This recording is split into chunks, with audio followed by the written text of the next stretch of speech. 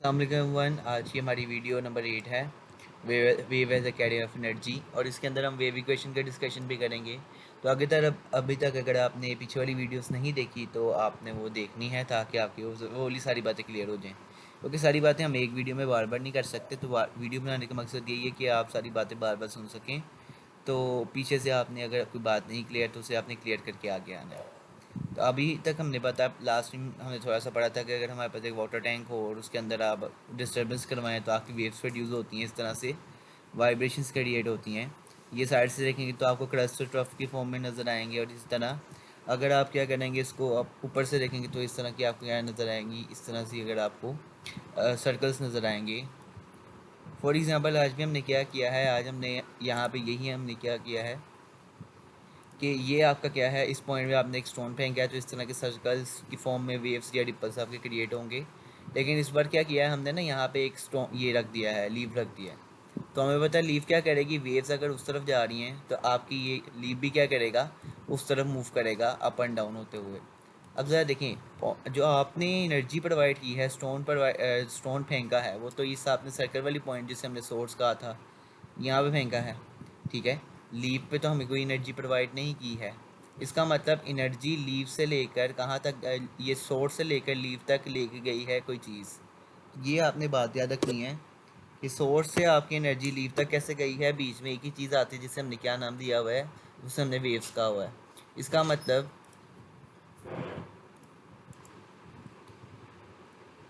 इसका मतलब है ये सोर्स पॉइंट से लेकर लीव तक कोई चीज़ एनर्जी उठा कर लेके आई है। उठा कर लेके आने का मतलब है कैरी करके लेके आई है। इसका क्या मतलब है कि वेव्स हमारे पास क्या होती हैं, एनर्जी कैरियर होती हैं। वेव्स एनर्जी को क्या करती हैं, कैरी करके लेके जा सकती हैं।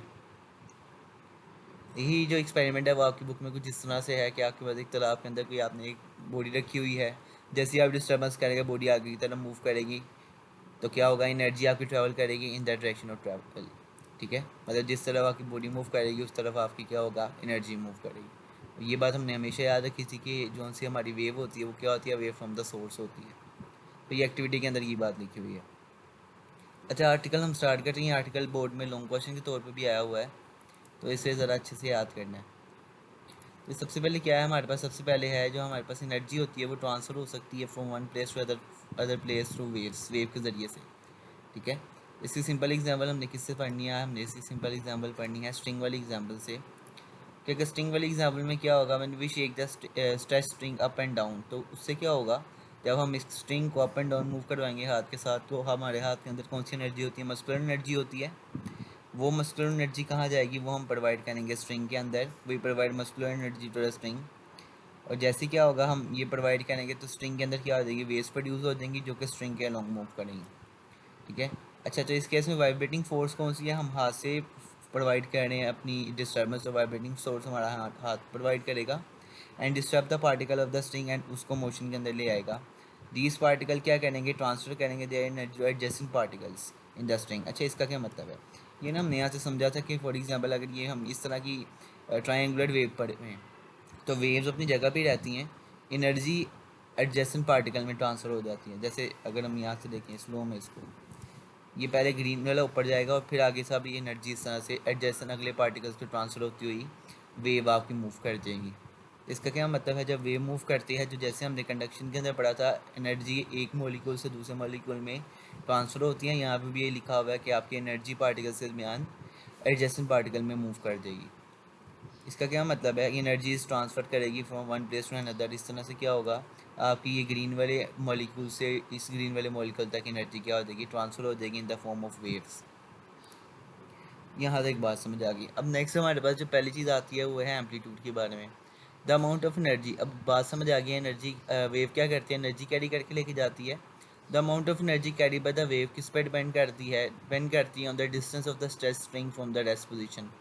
अच्छा, distance of the stretch string आपके पास जो है फ्रॉम रेस्ट पोजीशन की अगर हम बात करें तो उसको हमने यहाँ पे इसमें कहा था, उसे हम कहते हैं maximum displacement from mean position, उसे हम कहते हैं एम्पलीट्यूड। इसका तो देखें यहाँ पे, ये आपके पास क्या है, जब मैक्सिमम स्ट्रेच पोजीशन के ऊपर जो आपके पास स्ट्रिंग है मीन पोजीशन से, उसे हमने यहाँ पे रिप्रेजेंट एरो से किया था एम्पलीट्यूड। इसका मतलब जो यहाँ पे ये बात लिखी हुई है,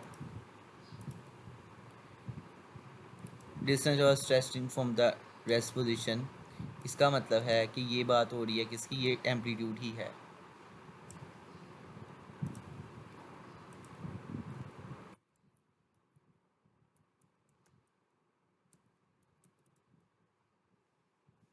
अच्छा, ये बात, ये एम्पलीट्यूड लिखी हुई है, ये बात उसने आगे बताई डेट इज़ का मतलब, इसका मतलब ये है कि आगे हमें एक और बात समझ आ गई है कि हमारे पास जो एनर्जी होगी, the energy of the wave किस पे डिपेंड करती है, एम्पलीट्यूड ऑफ द वेव। तो ये दोनों बातें दोनों लाइनों में एक ही बात लिखी हुई है कि एनर्जी सबसे पहले किस पे डिपेंड करती है, एम्पलीट्यूड पे डिपेंड करती है।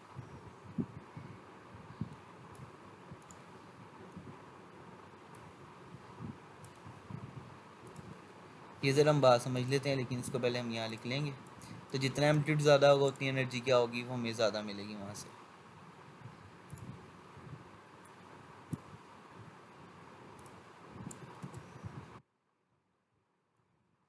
ये पहला पॉइंट जो हमने यहाँ पे डिस्कस कर लिया है। अच्छा, एम्पलीट्यूड से एनर्जी का क्या रिलेशन है, अगर हम देखें ना यहाँ पे लिखा हुआ है एम्पलीट्यूड, ये हमारे पास क्या है, ये ऑसिलेटर है, ये ऑसिलेटर है, ठीक है। इसको हम स्लो कर देते हैं, इसकी ज़रा फ्रीक्वेंसी हमें, जब फ्रीक्वेंसी क्या होता है अभी हम देखते हैं।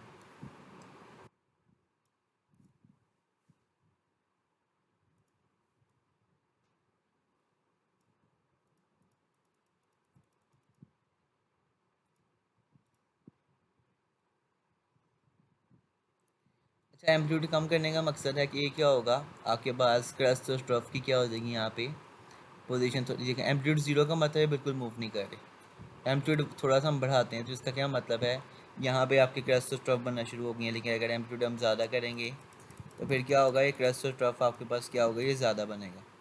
देखें, अब इस केस के अंदर क्रस्ट और स्ट्रफ थोड़ा ज़्यादा बन रहा है, तो एम्पलीट्यूड ना हम कर देते हैं तकरीबन 1 ही कर देते हैं, 1 सेंटीमीटर। 1 सेंटीमीटर का मतलब क्या होगा कि आपके पास क्रस्ट भी आपकी 1 सेंटीमीटर पे होगी आपकी तरफ, और ट्रफ भी 1 सेंटीमीटर होगी डाउन की तरफ। अच्छा देखिए, अगर ज़्यादा एम्पलीट्यूड होगा तो आपके वाइब्रेटर को ज़्यादा अप एंड डाउन मूव करना पड़ेगा, इसका मतलब ज़्यादा एनर्जी प्रोवाइड करनी पड़ेगी।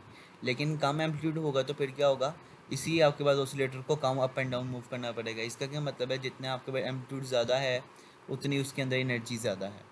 तो यही बात यहाँ पे डिस्कस हुई है बुक के अंदर कि आपके पास जो energy carry by the wave होगी डिपेंड करेगी उसकी एम्पलीट्यूड के ऊपर। ये हमारे पास पहला फैक्टर है। दूसरा फैक्टर जो हमारे पास है वो यहाँ पे है फ्रीक्वेंसी का। फ्रीक्वेंसी का मतलब है कि नंबर ऑफ़ वेव्स कितनी पास कर रही हैं 1 सेकंड के अंदर। जिस तरह फ्रीक्वेंसी ऑफ वाइब्रेटिंग बॉडी क्या होता था कि आपके पास 1 सेकंड के अंदर कितनी वाइब्रेशन हो रही है, इसी तरह फ्रीक्वेंसी हमें बताएगी कि 1 सेकंड के अंदर कितनी वेव्स पास कर रही हैं।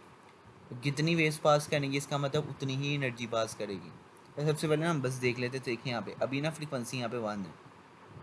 फ्रीक्वेंसी 1 है कि देखिए यहाँ पे सिंपल एक ही वेव आपकी बन रही है इसके अंदर। लेकिन अगर हम क्या करते हैं, फ्रीक्वेंसी को ज़्यादा कर देते हैं, तो फ्रीक्वेंसी ज़्यादा मतलब करने का मतलब क्या है कि आपके पास 1 सेकंड के अंदर यहाँ पे ज़्यादा वेव्स मूव कर रही हैं, ज़्यादा क्रस्ट और ट्रफ बन रहे हैं। इसका मतलब ज़्यादा एनर्जी इन 1 सेकंड आप प्रोवाइड करेंगे। अगर आप 1 सेकंड के अंदर ज़्यादा एनर्जी प्रोवाइड करेंगे तो क्या करना पड़ेगा, आपको ऑसिलेटर को ज़्यादा फास्टली मूव करवाना पड़ेगा। तो इसका क्या मतलब है, अगर फ्रीक्वेंसी ज़्यादा करते हैं तो नंबर ऑफ़ वेव्स 1 सेकंड में ज़्यादा बनेगी और आपको 1 सेकंड के अंदर ज़्यादा एनर्जी प्रोवाइड करनी पड़ेगी। तो ये आपके पास थोड़ी डिफरेंस है। तो यहाँ से क्या बात समझ आती है, आगे रीडिंग कर लेते हैं आपकी फ्रीक्वेंसी के बारे में। तो अगर हम क्या कहते हैं, we shake the string faster, अगर हम स्ट्रिंग को फास्टर मूव करवाएंगे तो हमें क्या प्रोवाइड करनी पड़ेगी, मोर एनर्जी पर सेकंड। तो 1 सेकंड के अंदर ज़्यादा एनर्जी प्रोवाइड करनी पड़ेगी to produce a wave of high frequency. High frequency का मतलब है कि आपके पास 1 सेकंड के अंदर ज़्यादा वेव्स प्रोड्यूस हो रही हैं या ज़्यादा एनर्जी आप प्रोवाइड कर रहे हैं। And the wave deliver more energy पर सेकंड, इसका मतलब अगर आप ज़्यादा एनर्जी प्रोवाइड करें तो वेव भी क्या करेगी, ज़्यादा एनर्जी प्रोवाइड करेगी आगे, ठीक है। और इसी तरह आपके वाटर वेव की एग्जांपल है, वाटर वेव भी क्या करती हैं, एनर्जी ट्रांसफ़र करती हैं, जैसा कि हमने पढ़ा था पीछे। ये एग्जांपल भी, एक्टिविटी भी आप पेपर में लिख सकते हैं एज एन एग्जांपल। एक्टिविटी क्या हेडिंग नहीं देखी, वहाँ पे एग्जांपल क्या हेडिंग देखी है, लिख सकते हैं। अच्छा, यहाँ पे क्या लिखा हुआ है, दिस एक्टिविटी क्या शो करती है कि वाटर वे भी क्या करती है, एनर्जी प्लेस करती है। लेकिन एक बात जो यहाँ पे बहुत इंपॉर्टेंट है वो ये है कि आपके पास कि वेव्स ये होती हैं वो खाली क्या करती हैं, एनर्जी ट्रांसफ़र करती हैं, मैटर को मतलब पार्टिकल्स को ट्रांसफ़र नहीं करती। ये बात हमने पहले भी इस डायग्राम से देखी थी कि अगर हम इस वाली वीडियो को देखें, पार्टिकल्स ये up and down he move करेंगे। आगे जो जा रही है वो ये वेव है जो एनर्जी है, इसका मतलब वेव आपकी एनर्जी बस लेके कैरी करके लेके जाती है। पार्टिकल्स आगे पीछे, ये पार्टिकल्स का मतलब पार्टिकल्स का मतलब है मीडियम मूव नहीं होता, तो इसका मतलब ये क्या है कि आपके पास जो वेव होगी कोई भी, वो एनर्जी कैरी करके लेके जा सकती है, लेकिन पार्टिकल्स को आगे पीछे मूव नहीं करवाती। अब नेक्स्ट है कि फॉर एग्जांपल, अब बात समझ आ गई, अगर वेव आपकी मूव कर रही है तो उसकी कोई ना कोई वेलोसिटी भी होगी। फ्रीक्वेंसी के बारे में भी हमने पढ़ा है। और वेवलेंथ आपके पास क्या होता है, क्रस्ट क्रस्ट या ट्रफ ट्रफ के बीच में जो फासला होता है उसे वेवलेंथ कहते हैं। वेवलेंथ का मतलब है एक वेव कितनी है, एक वेव की कितनी लेंथ है, length of the wave is called wavelength. अच्छा, अगर हम यहाँ पे देखें तो ये हमारे पास कोई वेव थी जिसमें डिफरेंट क्रस्ट ऑफ, ये जो हमने, ये जो अभी शो हो रहा है ना, ये जो चीज़ मूव हो रही है, इसे हम कहते हैं वेव फ्रंट। ठीक है, वेव फ्रंट में से हम क्या करते हैं, एक वेव को हम ना बाहर निकाल लेते हैं। फॉर एग्जांपल अभी हम खाली एक वेवलेंथ की बात करते हैं, तो ये आपके पास एक वेवलेंथ खाली शो हो रही है, तो इसको हम डिलीट कर देते हैं। अच्छा, अब वेवलेंथ हमने बात समझ आ गई कि यहाँ से यहाँ तक हमारे पास एक वेवलेंथ है। तो टाइम पीरियड ऑफ वेव क्या होता है, टाइम पीरियड ऑफ वेव होता है कि आप फॉर एग्जांपल देखें, इस वेव का ना यहाँ पे स्टार्टिंग पॉइंट है, ये पूरी की पूरी एक वेव है। ठीक है, ये वेव जब वो वाला टाइम जिसके अंदर ये वेव दूसरी पोजीशन पे चले जाएगी, अगली पोजीशन पे चले जाएगी, उसे हम कहेंगे इसका टाइम पीरियड। तो इसका क्या मतलब है, अगर आप ना टाइम पीरियड देखना है तो इसका खाली आपने कोई एक पॉइंट इस पूरे वेव में देख लेना। फॉर एग्जांपल हम कहते हैं ये स्टार्टिंग पॉइंट जो फॉर एग्जांपल यहाँ पे है,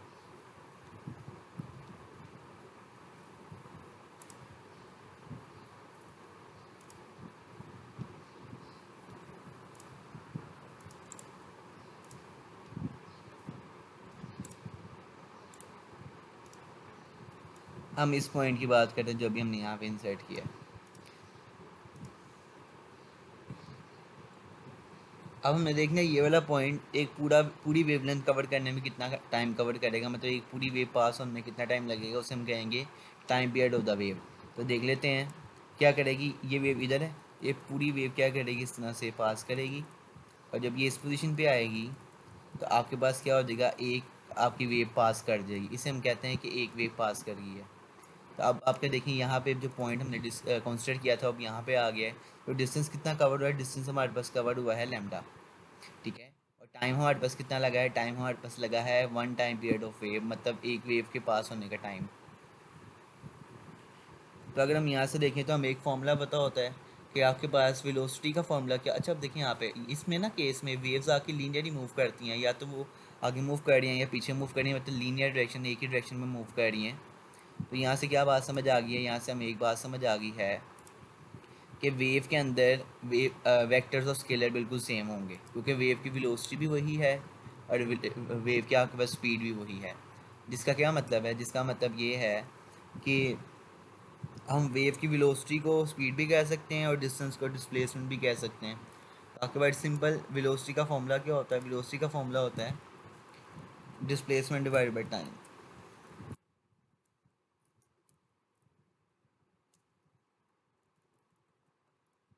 ये हमारे पास क्या आ जाएगी, वेलोसिटी ऑफ वेव आ जाएगी।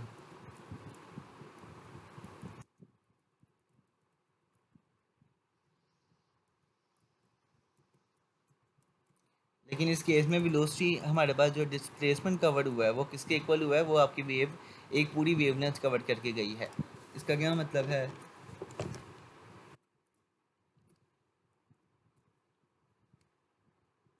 इसका मतलब है जो डिस्टेंस कवर हुआ है वो वन वेवलेंथ के इक्वल हुआ है। तो हम क्या करते हैं, सिंपली यहाँ पे डिस्टेंस की जगह क्या लिख देते हैं, वन वेवलेंथ लिख देते हैं।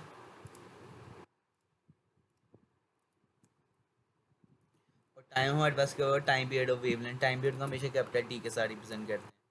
तो नेक्स्ट हमारे पास क्या बन गया, नेक्स्ट हमारे पास ये फॉर्मूला कुछ इस फॉर्म में बन जाएगा कि हमारे पास यहाँ पे क्या आ जाएगा,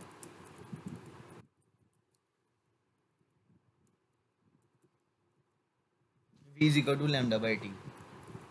अगर हम यहाँ से क्या करें, यहाँ से वन बाई टी को सेपरेट कर लें, वन बाई टी को सेपरेट करने का मतलब ये है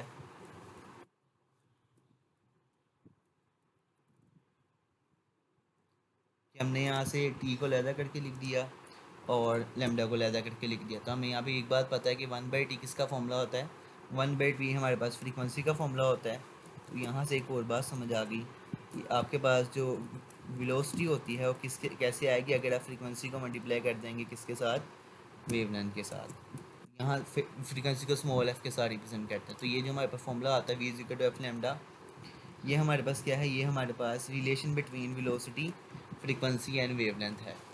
इसमें ना बात याद रखनी है, जो फ्रीक्वेंसी है ना, फ्रीक्वेंसी ये नहीं कह सकते फ्रीक्वेंसी वेलोसिटी के डायरेक्टली प्रोपोर्शनल है, तो वेलोसिटी ज़्यादा करेंगे तो फ्रीक्वेंसी ज़्यादा हो जाएगी, ऐसे नहीं है। यहाँ से सिंपली क्या बात याद रखनी है, यहाँ से सिंपल एक बात याद रखनी है कि फ्रीक्वेंसी हमेशा डिपेंड करती है कि सोर्स, फॉर एग्जांपल अगर हम यहाँ पे देखें ना, कि अगर आप क्या करना चाहते हैं, यहाँ से अगर हम इसकी फ्रीक्वेंसी चेंज करेंगे, तो फ्रीक्वेंसी चेंज करने का मतलब ये ऑसिलेटर आपका फास्ट से स्लो मूव करेगा। इसका मतलब आपने हमेशा याद रखना है, अगर फ्रीक्वेंसी यहाँ पे शो हो रही है ना, फॉर एग्जांपल ये 3 हर्ट्ज शो हो रही है, इसका मतलब है कि ये आपके पास ये वाइब्रेटर की फ्रीक्वेंसी भी 3 हर्ट्ज है। तो क्या बात समझ आ गई, जो वेव की फ्रीक्वेंसी होगी वो वाइब्रेटर की फ्रीक्वेंसी होगी। तो अगर आप चाहते हैं कि वेव की फ्रीक्वेंसी को आप कम या ज़्यादा करें, तो वाइब्रेटर की फ्रीक्वेंसी को कम या ज़्यादा करना, मतलब सोर्स की फ्रीक्वेंसी को आपको चेंज करना पड़ेगा। एक बार अगर वेव क्रिएट हो गई है तो खुद ब खुद उसकी फ्रीक्वेंसी चेंज नहीं होने वाली।